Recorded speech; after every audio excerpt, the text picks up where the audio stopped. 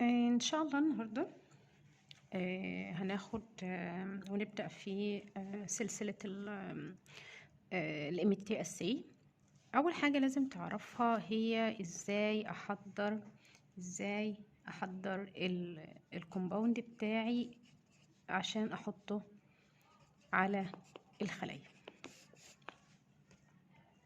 قبل ما تبدأ محتاج تعرف الاول الموليكولار ويت الخاص بالمركب، محتاج تعرف انهي سولفنت بيدوب فيه، عادة بيكون الدمسو وبيكون سيف على الخلايا من نسبة بالنص ل1%.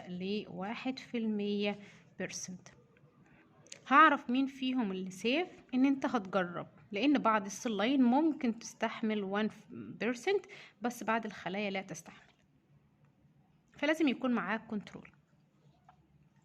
طيب بجانب كده محتاج تعرف انت عايز تبدأ الرينج او بمعنى اصح السوليبيليتي الخاصة في الدمسو، تشبعها كام؟ التشبع معاها يعني مثلا ممكن مركبات تقدر تحضرها 10 ملي جرام بير ml، في مركبات 50 ملي جرام بير ml، وفي 100 ملي جرام بير ml.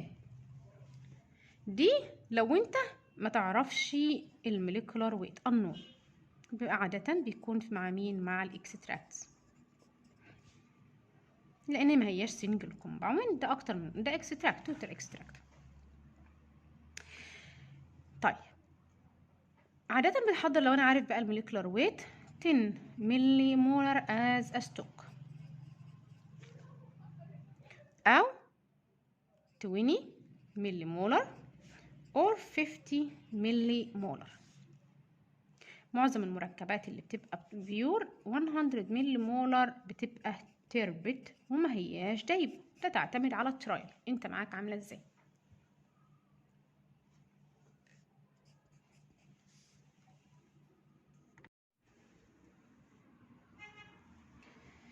طيب انا عرفت مثلا وقررت ان انا هحضر 10 ملي مولر of the compound. هحضرهم ازاي؟ احنا قلنا لازم اكون عارف ايه؟ عارف الموليكولار ويت. طيب هتدوبهم في قد ايه الدمسو عشان توصل ل 10 ملي مولر؟ يبقى انا لازم يكون معايا محدد ومقرر انا هحضر كام 10 ملي مولر، ولازم اكون عارف الموليكولار ويت اللي هو مثلا هنقول اكزامبل 550،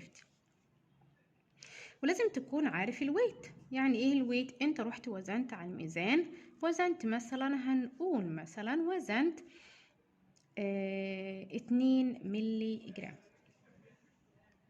تمام.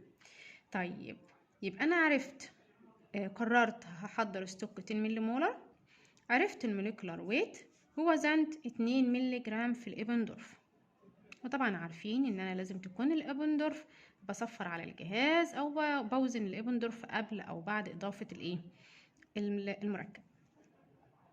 هتروح تطبق المعادلة التالية اللي هي بتقول الويت بيساوي ان انا بعوض في المعادلة الموليكولار ويت اللي انا عارفه في الفوليوم اللي هو بتاع الدمسو اللي انت عايزه، اللي انت عايز تعرفه، في المولاريتي اللي انت قررتها على 1000. تمام. تيجي بقى ايه نحط القيم بتاعتهم ونعوض. انا الويت معايا كام؟ 2 ملي جرام، الموليكولار ويت كام؟ 550، وعندي القانون اللي هو الحجم بتاع مين؟ الدمسو بير ml طبعا. خلاص المولاريتي كام اللي انا عايزها؟ 10 ملي مولر على كام؟ على 1000. يبقى انا دلوقتي علشان اعرف قيمة الدمسو او حجم الدمسو اللي انا عاوزة ادوبه، ماشي، هحل الايكويشن دي، هعمل المعادلة على الآلة الحاسبة واشوف هتطلع معايا كام. هتلاقي معاك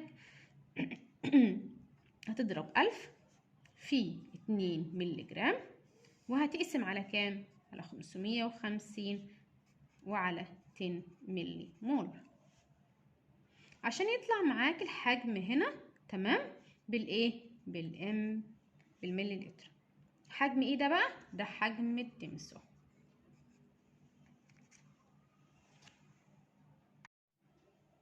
هيطلع معايا الحجم كام؟ هيطلع 0.363